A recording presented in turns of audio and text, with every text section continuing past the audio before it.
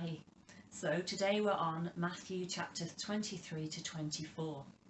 And having shown Jesus to be so superior to the religious leaders and experts of the day, Matthew now presents Jesus speaking to the crowds and warning them of the approach of those leaders. Their teaching about God's law, he says, might be correct, but their lives don't match up, and so they're leading people astray. When they're obsessed with rules, they miss much greater principles. They prioritise appearing good. They prioritise looking holy, rather than actually being concerned, genuinely concerned, for the welfare of others.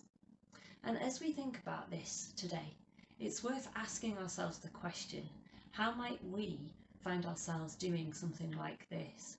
Being more concerned about our appearance and how good and holy we seem than actually giving of ourselves to prioritise the welfare of others.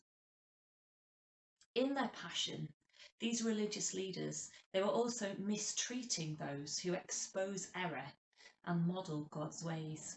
So here Jesus refers to Abel, who brought an acceptable sacrifice to God, seen in Genesis 4, and also Zechariah, who spoke against rejecting God. You can find that in 2 Chronicles 24, verses 17 to 22. And having referred to these, Jesus prophesies that further messengers will also be murdered in anger, comparable to them.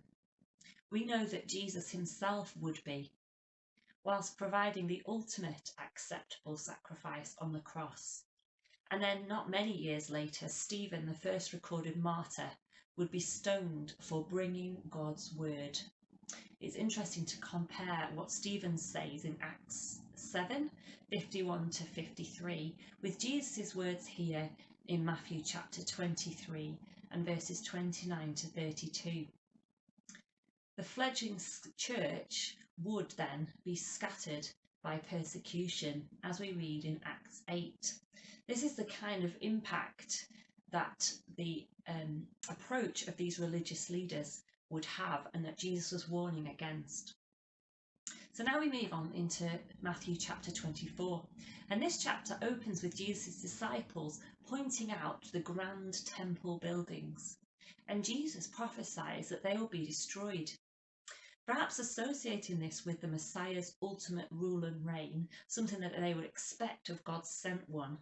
Now in private conversation, the disciples ask for details in verse 3, and Jesus' response is dense with dramatic prophecy. In AD 70, Jerusalem was ransacked, and no doubt in contrast to what the disciples imagined, the temple and the sacrificial system that it centered around it was absolutely obliterated. You know, we may also harbour ideas about the end times, some of which may also be mistaken. For example, in this chapter, verses 40 to 41 is cited as a proof text for the idea of the rapture of believers. It's an image that many of us are familiar with. It's been popularised by things like the Left Behind series, a fictional series.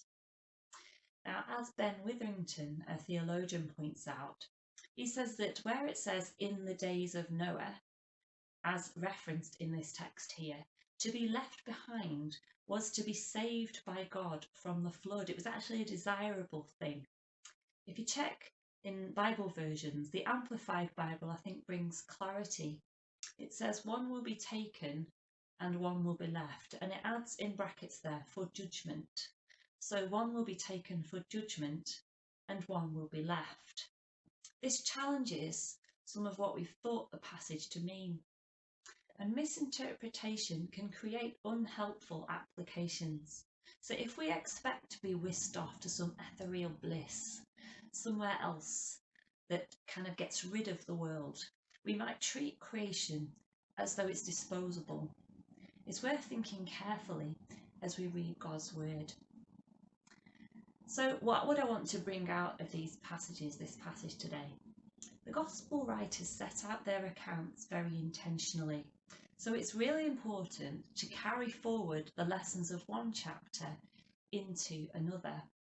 Let's not, as it says in chapter 23, verse 24, be straining out a gnat whilst swallowing a camel, by picking for details whilst missing the point, missing the underlying principle. The main message of chapter 24 can be summed up in words that today are all too familiar. Stay alert.